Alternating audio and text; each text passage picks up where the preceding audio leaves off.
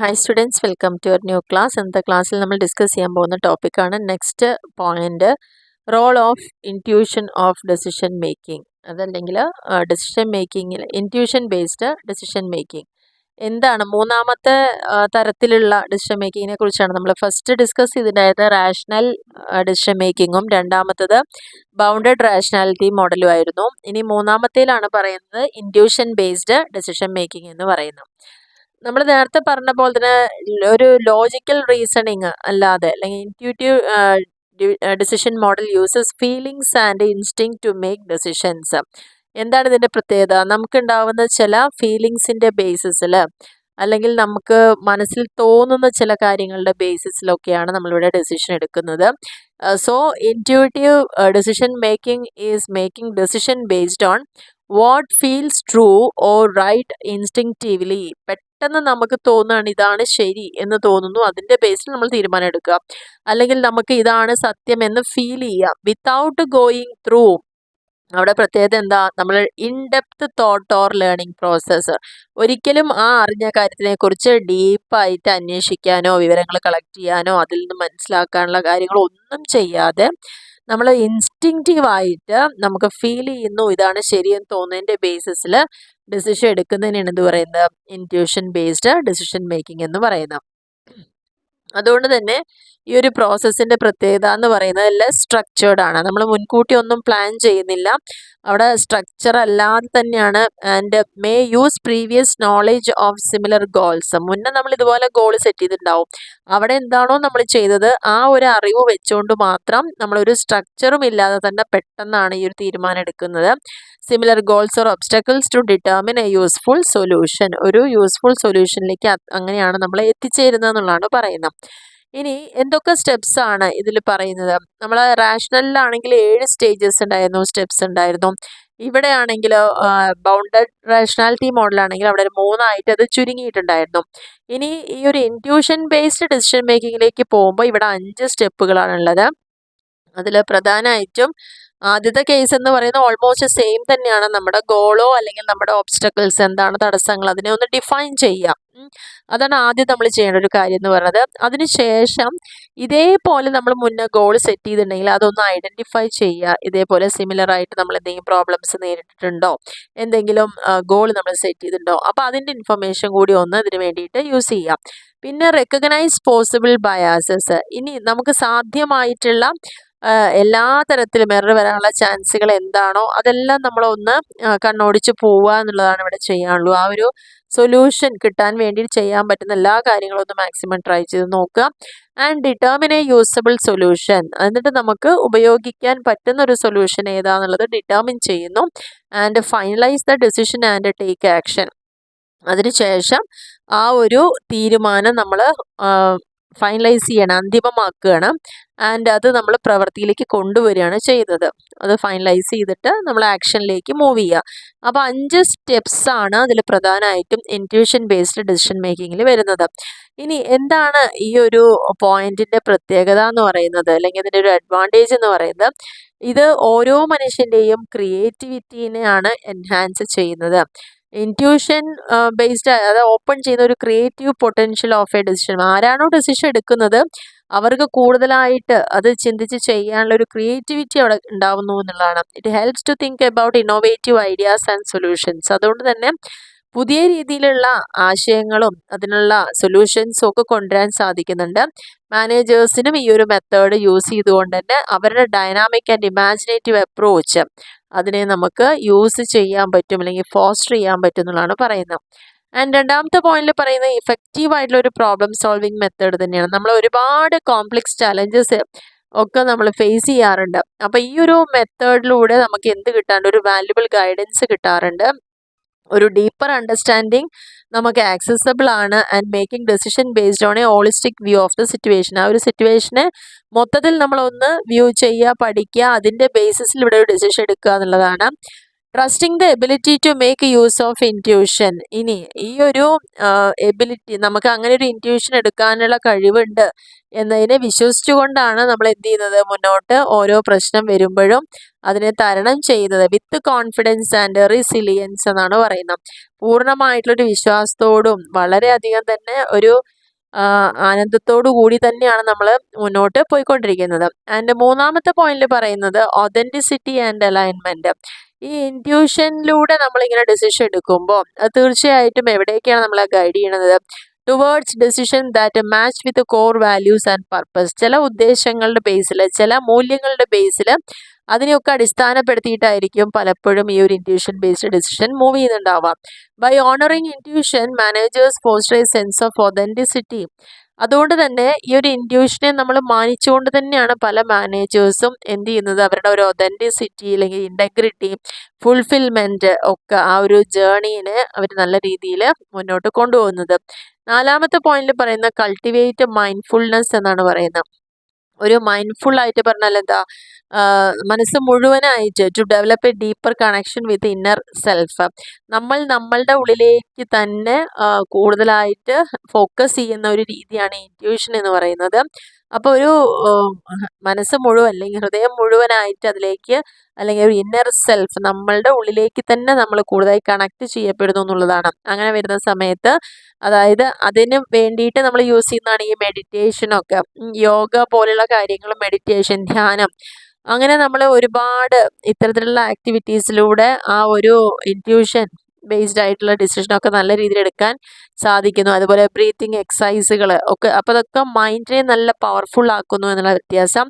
And create space for intuition to emerge. അതുകൊണ്ട് ഇത്തരത്തിലുള്ള ഒരു ഇൻറ്റ്യൂഷൻ കടന്നു വരാനുള്ള ഒരു സ്പേസ്, എമർജ് ചെയ്യാനുള്ള ഒരു സ്പേസ് നമ്മൾ ക്രിയേറ്റ് ചെയ്യുന്നത് ഇത്തരത്തിലുള്ള ബ്രീത്തിങ് എക്സസൈസും അതുപോലെ മെഡിറ്റേഷനിലൂടെയൊക്കെയാണെന്നുള്ളതാണ് പറയുന്നത്. അഞ്ചാമത്തെ പോയിന്റിൽ പറയുന്നത് സ്പീഡാണ്. മോഡേൺ ബിസിനസ്സിൽ എപ്പോഴും എന്താണ്, ഫാസ്റ്റ് പേസ്ഡ് ആണ്. എപ്പോഴും ഓരോ അനുനിമിഷം എന്ന് പറയാലോ, ഓരോ നിമിഷത്തിലും നമ്മുടെ എൻവയോൺമെൻറ്റ് ചേഞ്ച് ആയിക്കൊണ്ടിരിക്കുന്നു. അതുകൊണ്ട് തന്നെ നമ്മുടെ ലീഡേഴ്സിനൊക്കെ പെട്ടെന്ന് തന്നെ ഡിസിഷൻ എടുക്കേണ്ടതായിട്ട് വരുന്നുണ്ട്. അങ്ങനെ ഇൻറ്റ്യൂഷൻ ഉണ്ടെങ്കിൽ മാനേജേഴ്സിന് വളരെ ഈസി ആയിട്ട് തന്നെ ഡിസിഷൻ എടുക്കാം. ഒരു തരത്തിലുള്ള ഒരു ഫോർമാലിറ്റി ഇല്ലാതെ തന്നെ നമുക്ക് എടുക്കാം എന്നുള്ളതാണ് പറയുന്നത്. അപ്പോൾ ആ ഒരു ഇൻറ്റ്യൂഷനെ ബേസ് ചെയ്തുകൊണ്ട് മാനേജർ എന്താണ്, ഏബിൾ ടു മേക്ക് ഡിസിഷൻ വളരെ ക്വിക്കായിട്ടും ഇഫക്റ്റീവായിട്ടും വളരെ കോംപ്ലെക്സ് ആയിട്ടുള്ള ഒരു പുതിയ സിറ്റുവേഷനിലോ ഏറ്റവും കോംപ്ലെക്സ് ആയ സിറ്റുവേഷനിലൊക്കെ അവർക്ക് പെട്ടെന്ന് തന്നെ ഡിസിഷൻ എടുക്കാൻ സാധിക്കുന്നു എന്നുള്ളതാണ്. ആറാമത്തെ പോയിന്റിൽ പറയുന്നത് എംപതിയാണ്. എംപതി എന്ന് പറയുമ്പം ഒരു സിറ്റുവേഷൻ എങ്ങനെയാണോ ഉള്ളത്, ആ സിറ്റുവേഷൻ അനുഭവിക്കുന്ന ഒരാൾ ഉണ്ടെങ്കിൽ നമ്മൾ ആ സ്ഥാനത്ത് നിന്നുകൊണ്ട് ചിന്തിക്കുക എന്നുള്ള എംപതി എന്ന് പറയുന്നത്. Intuitive leaders are often more adjusted to the emotions and needs of their teams. അവനവൻ്റെ ടീമിൻ്റെ ആവശ്യങ്ങൾ എന്താണ്, അല്ലെങ്കിൽ അവരുടെ ഇമോഷൻസ് എന്താണ്, അതിനെ മാക്സിമം അഡ്ജസ്റ്റ് ചെയ്തുകൊണ്ട് മുന്നോട്ട് പോകുന്ന ലീഡേഴ്സ് ആയിരിക്കും ഈ ഇൻറ്റ്യൂട്ടീവ് ലീഡേഴ്സ് എന്ന് പറയുന്നത്. കാരണം നമ്മുടെ ടീമിൻ്റെ പോരായ്മകളായാലും ഉയർച്ചകളാണെങ്കിലും ആ ഒരു ഭാഗത്ത് നമ്മൾ നിന്നുകൊണ്ട് തന്നെയാണ് അതിൻ്റെ എല്ലാ കാര്യങ്ങളും പഠിക്കുന്നത്. അപ്പോൾ എംപതി ഉണ്ടെങ്കിൽ തീർച്ചയായിട്ടും നല്ലൊരു ഡെസിഷൻ മേക്കിങ്ങിനെ ഗൈഡ് ചെയ്യും. അതേപോലെ തന്നെ ഒരു positive and supportive work environment അവിടെ ഫോസ്റ്റർ ചെയ്യാൻ വേണ്ടിയിട്ട് സാധിക്കുന്നു എന്നുള്ളതാണ് പറയുന്നത്.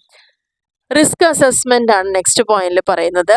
Intuition can be crucial in assessing risk and potential outcomes. ഈ ഒരു മെത്തേഡ് വളരെ നിർണായകമാണ്.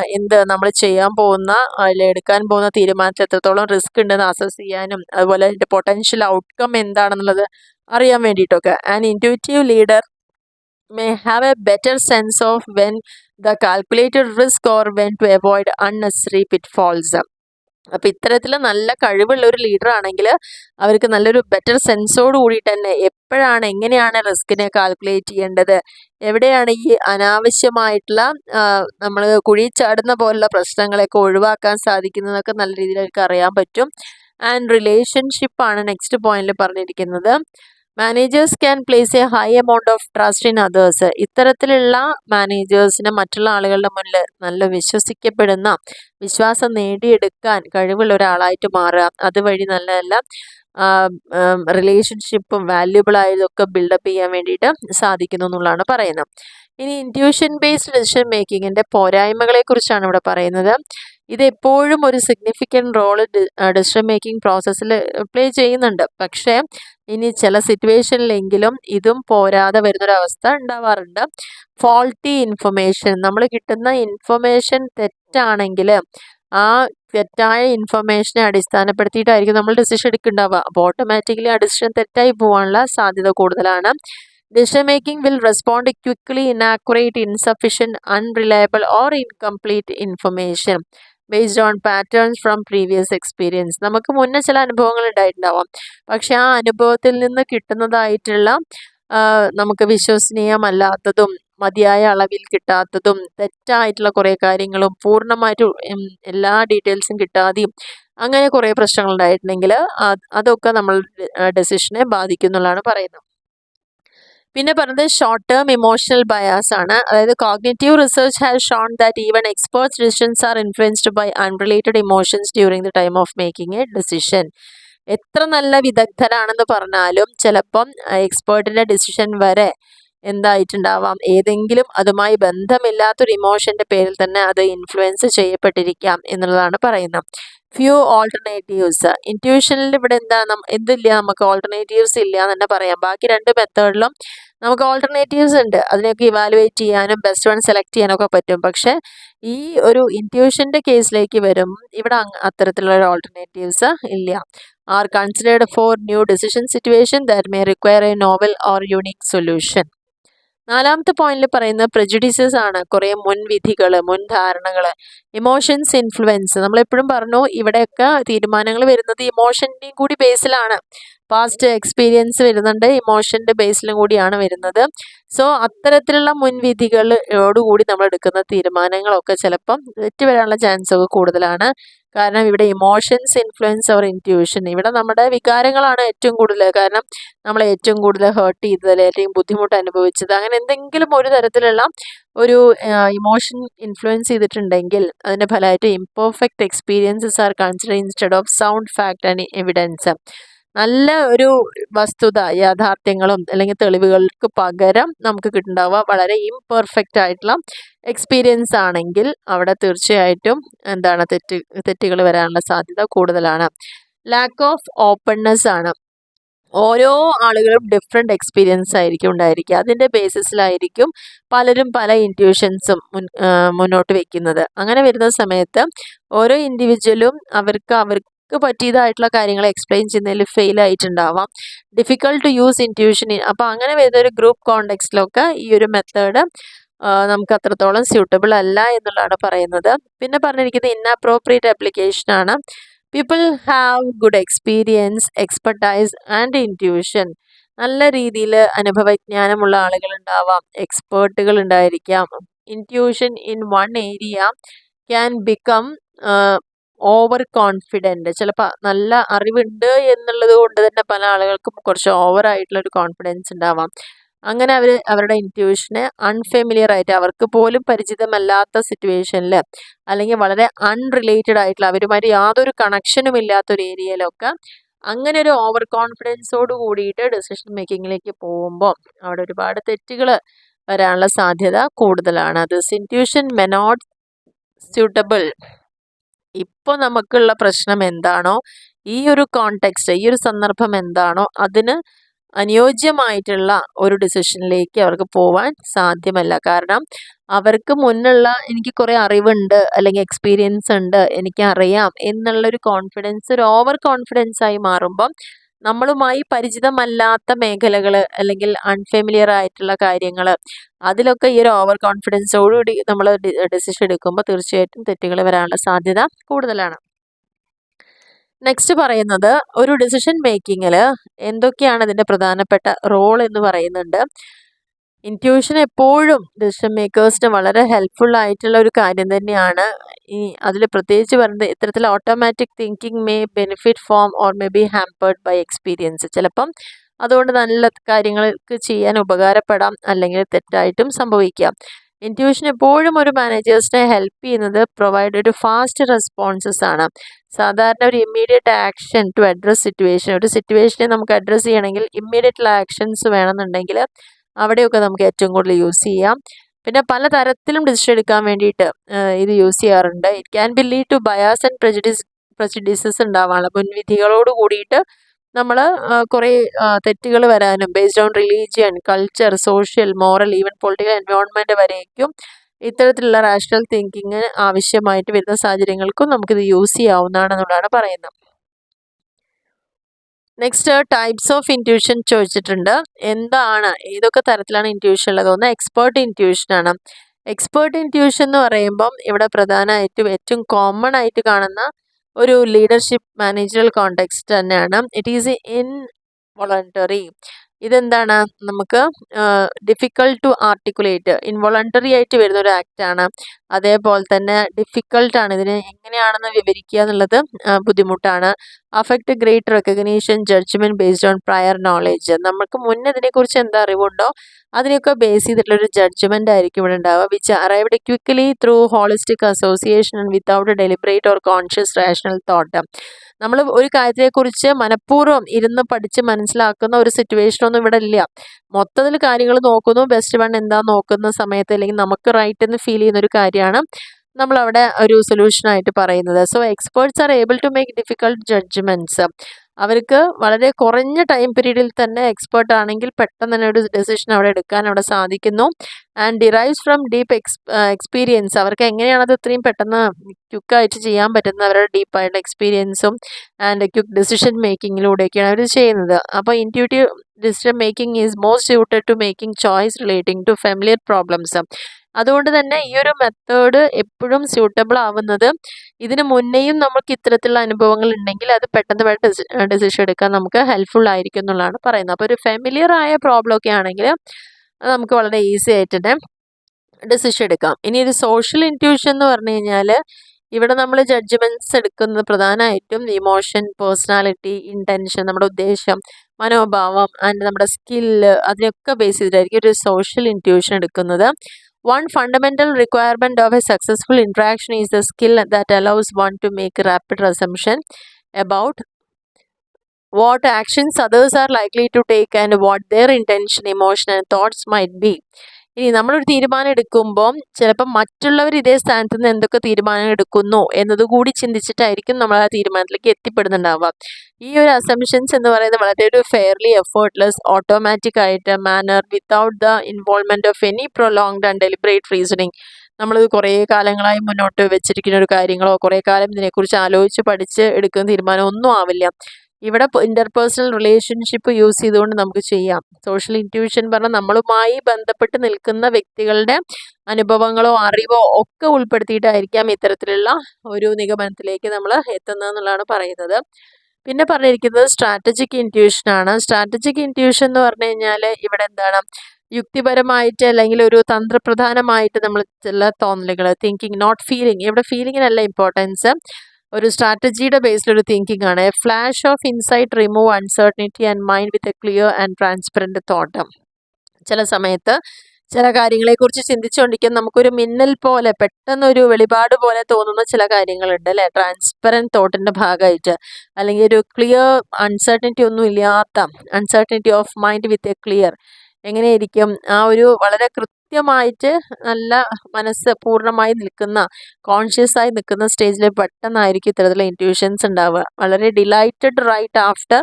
മാനേജേഴ്സ് എപ്പോഴും അത് അങ്ങനെ ഒരു തീരുമാനം കിട്ടിക്കഴിഞ്ഞാൽ നമ്മൾ വളരെ ഹാപ്പിയാണ്. Decision is made, it helps them to move the right directions. കാരണം അവരെ കൃത്യമായിട്ട് നയിക്കാൻ ഇത്തരത്തിലുള്ള തീരുമാനങ്ങൾക്ക് അവിടെ സാധിക്കുന്നുള്ളതാണ് പറയുന്നത്. ഇനി ഇങ്ങനെ ഒരു ഇൻറ്റ്യൂഷൻ ഒരിക്കലും എന്താവരുത്, ഒരു ബിഗ് ഫീലിംഗ് ആയിരിക്കരുത്. Like ordinary intuition, strategic intuition is A clear thought ആയിരിക്കും ആൻഡ് ഈസ് നോട്ട് ഫാസ്റ്റ്. അതൊരു എക്സ്പേർട്ട് ഇൻറ്റ്യൂഷനും കൂടിയാണ്. കാരണം വെറുതെ ഒരാൾക്ക് പെട്ടെന്നൊരു തീരുമാനം എടുക്കാൻ പറ്റില്ല. അപ്പോൾ ഒരു എക്സ്പേർട്ട് ഇൻറ്റ്യൂഷൻ പോലെ തന്നെയാണ് ഈ ഒരു സ്ട്രാറ്റജിക് ഇൻറ്റ്യൂഷനും. പക്ഷെ അതൊരു സ്ലോ പ്രോസസ്സാണ്. സ്ട്രാറ്റജിക് ഇൻറ്റ്യൂഷൻ എന്ന് പറഞ്ഞു കഴിഞ്ഞാൽ അവിടെ വർക്ക് ചെയ്യുന്നത് ഈ new situation, especially when needed most. ഏറ്റവും കൂടുതൽ നമുക്ക് അത്യാവശ്യമായി നിൽക്കുന്നൊരു സിറ്റുവേഷൻ അല്ലെങ്കിൽ ഒരു പുതിയ സിറ്റുവേഷനിലൊക്കെ ആയിരിക്കും ഈ സ്ട്രാറ്റജിക് ഇൻറ്റ്യൂഷൻ യൂസ് ചെയ്യുന്നത്. പിന്നെ പറഞ്ഞിരിക്കുന്നതാണ് ക്രിയേറ്റീവ് ഇൻറ്റ്യൂഷൻ എന്ന് പറയുന്നത്. ക്രിയേറ്റീവ് ഇൻറ്റ്യൂഷൻ എന്ന് പറഞ്ഞാൽ എന്താ, ഒരു വേഗ് ആൻറ്റിസിപ്പേറ്ററി പെർസെപ്ഷൻ ആണ്. നമുക്ക് അത്ര ധാരണയൊന്നും പോരാ എന്തുണ്ടാവും എന്നുള്ളത്, പക്ഷേ എന്നാൽ ഇങ്ങനെയൊക്കെ ഉണ്ടാവാം എന്നുള്ളൊരു തോന്നൽ മാത്രമാണ്. ഒരു ക്രിയേറ്റീവായിട്ട് നമുക്ക് ചിന്തിക്കാമെന്ന് മാത്രമേ ഉള്ളൂ, പക്ഷെ അതിനൊരു കൃത്യമായൊരു ക്ലാരിറ്റി ഒന്നും ഉണ്ടാവില്ല. ആൻറ്റിസിപ്പേറ്റ് ചെയ്യണം, എങ്ങനെയൊക്കെ ഉണ്ടാവും എന്ന് പ്രതീക്ഷിക്കുന്നു.